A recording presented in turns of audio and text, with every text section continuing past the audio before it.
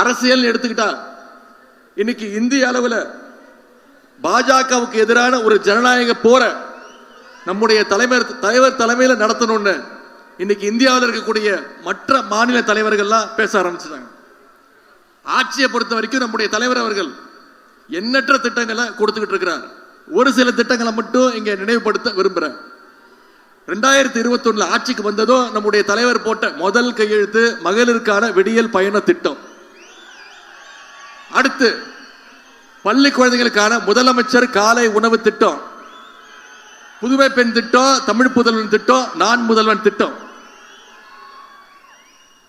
10 லட்சம் கல்லூரி மாணவ மாணவிகளுக்கு லேப்டாப் வழங்குகின்ற திட்டம். இது எல்லாத்தையும் விட இன்னைக்கு இந்தியாவையே திரும்பி பார்க்க வச்ச ஒரு திட்டம் கலைஞர் மகளிர் உரிமை தொகை திட்டம். ஒவ்வொரு மாசமும் 1,31,00,000 மகளிருக்கு மாத 1000 ரூபாய் நம்முடைய முதலமைச்சர் அவர்கள் கொடுத்துட்டு இருக்கிறாங்க. குறிப்பா இந்த மாசம் நம்முடைய முதலமைச்சர் அவர்கள் மகளிருக்கெல்லாம் மிகப்பெரிய ஒரு சர்ப்ரைஸ் கொடுத்தாரு. எதிர்கட்சிகளுக்கு மிகப்பெரிய ஒரு ஷாக்கை கொடுத்தாரு.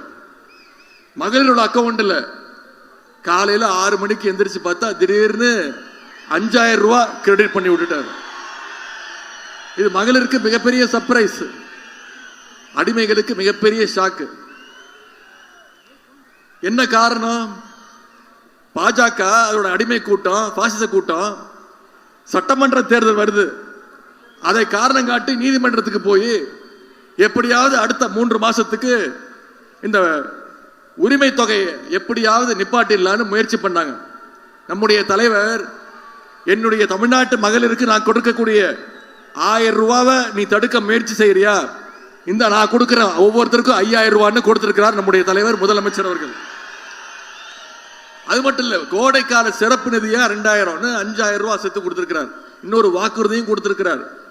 மீண்டும் திராவிட முன்னேற்ற கழக ஆட்சி அமைச்ச உடனே நம்முடைய தலைவர் முதலமைச்சர் ஆனோடனே மகளிர் உரிமை தொகையை 1000 ரூபாயில இருந்து 2000 ரூபாய் உயர்த்தி கொடுப்பேன்ற வாக்குறுதியும் இன்னைக்கு கொடுத்திருக்கிறார்.